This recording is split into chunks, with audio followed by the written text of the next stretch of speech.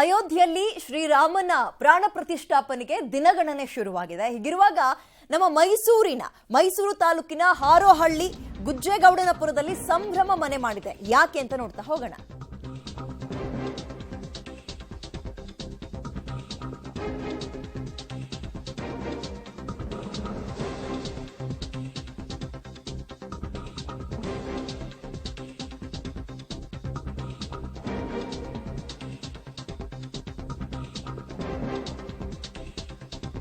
ಕಲ್ಲು ಸಿಕ್ಕಿದ ಜಾಗಕ್ಕೆ ಚಪ್ರ ಹಾಕಿದ್ರು ಗ್ರಾಮಸ್ಥರು. ಅಂದ್ರೆ ರಾಮಲಲ್ಲನ ವಿಗ್ರಹ ಕೆತ್ತಿದಾರಲ್ಲ, ಕೃಷ್ಣ ಶಿಲೆ ಇದೇ ಜಾಗದಲ್ಲಿ ಸಿಕ್ಕಿದ್ದು. ಮೈಸೂರಿನ ರಾಜಮನೆತನದಿಂದ ವಿಶೇಷ ಪೂಜೆ ಇದೆ. ಪೂಜೆಯಲ್ಲಿ ಯದುವೀರ್ ಅವರು ಕೂಡ ಭಾಗಿಯಾಗ್ತಾ ಇದ್ದಾರೆ. ಶ್ರೀರಾಮಲಲ್ಲ ಮೂರ್ತಿ ಕೆತ್ತಿದ್ದು ಇದೇ ಗ್ರಾಮದ ಶಿಲೆಯಿಂದ, ಕೃಷ್ಣ ಶಿಲೆಯಿಂದ. ರಾಮದಾಸನ್ ಅವರ ಜಮೀನಲ್ಲಿ ಸಿಕ್ಕಿತ್ತು ಬೃಹತ್ ಗಾತ್ರದ ಕೃಷ್ಣ ಶಿಲೆ. ಅದರಲ್ಲೇ ರಾಮಲಲ್ಲನ ಈಗ ಅದು ನಮ್ಮೂರ್ನವರೇ, ಕರ್ನಾಟಕದವರೇ ಕೆತ್ತಿರುವಂತದ್ದು. ಹೇಗಿರುವಾಗ ಮತ್ತೊಂದು ಹೆಮ್ಮೆ ಬೇಕಾ ಅಂತ ಅನ್ಸುತ್ತೆ. ಇಡೀ ವಿಶ್ವವೇ ಕಾಯ್ತಾ ಇರುವ ರಾಮಲಲ್ಲನ ಪ್ರಾಣ ಪ್ರತಿಷ್ಠಾಪನೆಗೆ ನಮ್ಮೂರ್ನಿಂದಲೇ ಕೃಷ್ಣ ಶಿಲೆ ಹೋಗಿದೆ. ನಮ್ಮೂರ್ನವರೇ ಆ ಶಿಲೆಯನ್ನ ಒಂದು ಕೆತ್ತಿದ್ದಾರೆ ಅನ್ನುವಂಥದ್ದು ಬಹಳ ಹೆಮ್ಮೆಯ ಸಂಗತಿ. ಇದೀಗ ಅಲ್ಲಿಗೆ ಆ ಕೃಷ್ಣ ಶಿಲೆ ಸಿಕ್ಕಿದಂತಹ ಜಾಗಕ್ಕೆ ಚಪ್ರ ಹಾಕಿದ್ರು ಇಲ್ಲಿ ತನಕ ಗ್ರಾಮಸ್ಥರು. ಇವತ್ತು ಸಂಜೆ ಗೋಧುಳಿ ಲಗ್ನ ನೋಡ್ಕೊಂಡು ಭೂಮಿ ಪೂಜೆಯನ್ನ ಮಾಡ್ತಾರೆ. ಮೈಸೂರಿನ ರಾಜಮನೆತನದಿಂದ ಈ ವಿಶೇಷ ಪೂಜೆಯನ್ನ ನೆರವೇರಿಸ್ತಾರೆ. ಹೆಚ್ಚಿನ ಡೀಟೇಲ್ಸ್ ನಮ್ಮ ಪ್ರತಿನಿಧಿ ಕೆಪಿ ನಾಗರಾಜ್ ನೀಡ್ತಾರೆ. ಕೆಪಿ ನಾಗರಾಜ್, ಈ ಜಾಗದ ಬಗ್ಗೆ ಯಾವಾಗ ನಮ್ಮೂರ್ನವರೇ ಕೃಷ್ಣ ಶಿಲೆಯನ್ ಅಂದ್ರೆ ಈಗ ರಾಮಲಲ್ಲನ ಕೆತ್ತಿದ್ರು ಅಂತ ಗೊತ್ತಾಯ್ತು, ಆಗ ಈ ಜಾಗದ ಬಗ್ಗೆ ಮಾಹಿತಿ ಗೊತ್ತಾಗಿತ್ತು.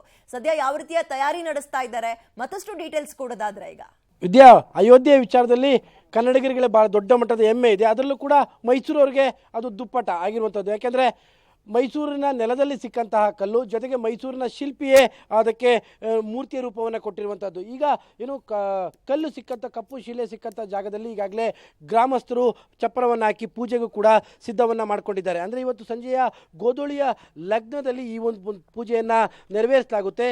ಈಗೇನು ಚಪ್ಪರ ಹಾಕಿದಾರೋ ವಿದ್ಯಾ, ಇದೇ ಜಾಗದಲ್ಲಿದೆ ಆ ಕಪ್ಪು ಶಿಲೆ ಸಿಕ್ಕಿದ್ದಂಥದ್ದು. ಈ ಶಿಲೆಯಲ್ಲಿನೇ ರಾಮಲಾಲನ ಮೂರ್ತಿಯನ್ನು ಕೂಡ ಮೈಸೂರಿನ ಶಿಲ್ಪಿ ಕೆತ್ತಿರುವಂಥದ್ದು. ಈ ಒಂದು ಶಿಲೆಯನ್ನು ಮೊದಲು ಹುಡುಕಿದಂಥವರು ಕೂಡ ಈಗ ನಮ್ಮ ಜೊತೆಯಲ್ಲಿದ್ದಾರೆ.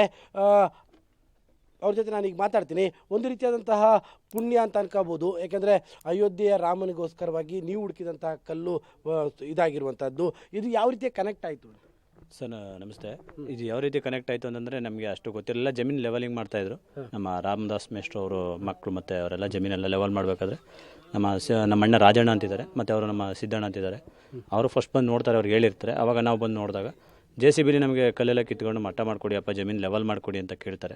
ಆಗ ಸರಿ ಅಂದ್ಬಿಟ್ಟು ನಮ್ಗೆ ಆಗಂಥದ್ದು ವಿಗ್ರಹಕ್ಕೆ ಆಗಂಥದ್ದು ಯೂಸ್ ಆಗೋಂಥ ಕಲ್ಲುಗಳನ್ನ ಎತ್ಕೊಂಡು ನಿಮ್ಗೆ ಲೆವೆಲ್ ಮಾಡಿಕೊಟ್ಟು.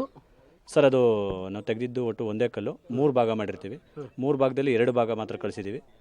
2 ಭಾಗದ್ದು 17 ಟನ್ ಬಂದಿದೆ ಸರ್ ಕಲ್ಲು. ಅಂದರೆ ಅದನ್ನೇನು ಅದಕ್ಕೆ ದಂಡ ಬೇರೆ ಕಟ್ಟಿದ್ದೀನಿ ಅಂತ ಕೇಳಿದ್ದೆ ನಾನು. ಇಲ್ಲ ಬಂದ್ಬಿಡಿ ಸರ್. ಓಕೆ, ಪ್ರಮುಖವಾಗಿ ಅಲ್ಲಲ್ಲ ಅಂದರೆ ನಾನು ಹೇಳ್ತಾ ಇರುವಂಥದ್ದು ನೋಡಿ, ಲಿಂಕ್ ಹೆಂಗಾಗುತ್ತೆ ಅಂದರೆ ಅಯೋಧ್ಯೆ ರಾಮನಿಗೆ ಮೈಸೂರಿನ ಕಲ್ಲು ಅನ್ನುವಂಥದ್ದು ಇದೆಯಲ್ಲ, ಈ ಕಲ್ಲಿಂದ ಏನು ವಿಶೇಷ ಸರ್? ಅದು ತುಂಬ ವಿಶೇಷ ಇದೆ. ಯಾಕಂತಂದರೆ ಬೇರೆ ಥರ ಕಲ್ಲುಗಳ ಥರ ಹೋಲಿಕೆ ಇರಲ್ಲ. ಇದು ಆಕಾಶ ನೀಲಿ ಕಲರ್ ಇರುತ್ತೆ, ನೀಲಿ ಬಣ್ಣ ಇರುತ್ತೆ, ಮತ್ತು ಅದರಲ್ಲಿ ಡಾಟ್ಸ್ ಲೈನ್ಸ್ ಅಂತ ಬರುತ್ತೆ. ನಾವು ವಿಗ್ರಹನ ಬಿಡಿಸ್ಬೇಕಾದ್ರೆ ಅದರಲ್ಲಿ ಡಾಟ್ ಥರ ಎದ್ದೋಗಲ್ಲ, ಆ ಥರ ಇರಲ್ಲ. ಒಂದೇ ಕ್ವಾಲಿಟಿ ಇರುತ್ತೆ ಕಲ್ಲು. ಯಾವ ಕಡೆಗೆ ಹೊಡೆದ್ರೂ ಒಂದೇ ಥರನೇ ಇರುತ್ತೆ.